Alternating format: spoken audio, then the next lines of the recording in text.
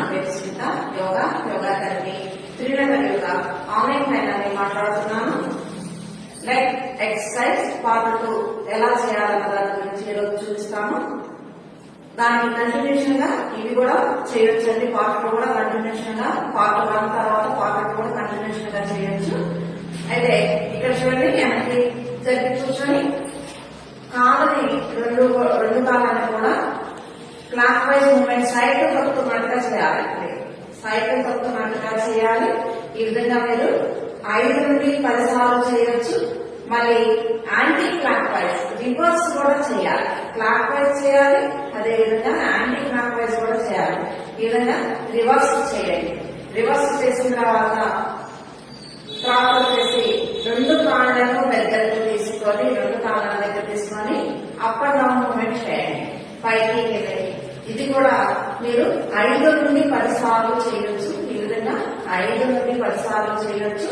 తర్వాత స్టెప్ వచ్చేసి మీకు కాళ్ళు పైకి తీసుకొని కుడి కాళ్ళు పైకి తీసుకొని పాదాన్ని ముందుకి వెనక్కి స్ట్రెచ్ చేయండి. ముందుకి వెనక్కి స్ట్రెచింగ్ చేయండి. ఈ విధంగా 5 నుండి 10 సార్లు చేయాలి. తర్వాత క్లాక్ వైజ్ మూవ్మెంట్ చేయండి. పాదాన్ని తర్వాత యాంటీ క్లాక్ వైజ్ మూవ్మెంట్ చేయండి. కాలు పైకి పెట్టిన తర్వాత నిదానంగా చేయాలని, ఫాస్ట్ గా కాదు.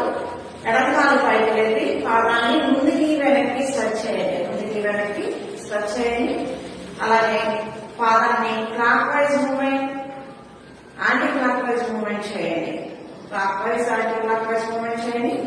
నిదానంగా ఎడమకాలు పెట్టేసుకున్న తర్వాత కాళ్ళని 2 కూడా ముందుకు జరిగి కాళ్ళని 2 కూడా పాదాలను నేల మీద ట్యాప్ చేయండి. కొంచెం సేపు నేల మీద విధంగా ట్యాప్ చేయాలి. నేను చూసిన విధంగా ట్యాప్ చేయాలి. తర్వాత కాళ్ళను మడాలను ముందు కింద ట్యాప్ చేయాలి. మడాల కింద ట్యాప్ చేయాలి. కాళ్ళను ముందుకు చాపి పాదాలు పెట్టి మడాల దగ్గర ట్యాప్ చేయాలి. తర్వాత కాలి వేళ్ళు టైట్ చేయండి.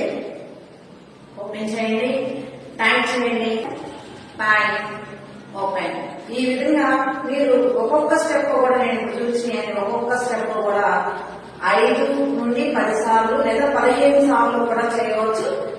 కానీ ఒకేసారి ఎక్కువ స్టెప్ తీసుకోవద్దు. చెప్పుకున్న వాళ్ళు నిదానంగా 5 సార్లు తీసుకోండి. తర్వాత నిదానంగా ఒక్కొక్క రౌండ్ పెంచుకుంటారంటే, కానీ ఒకేసారి మాత్రం ఎక్కువ సార్లు చేయడానికి చేయకూడదు.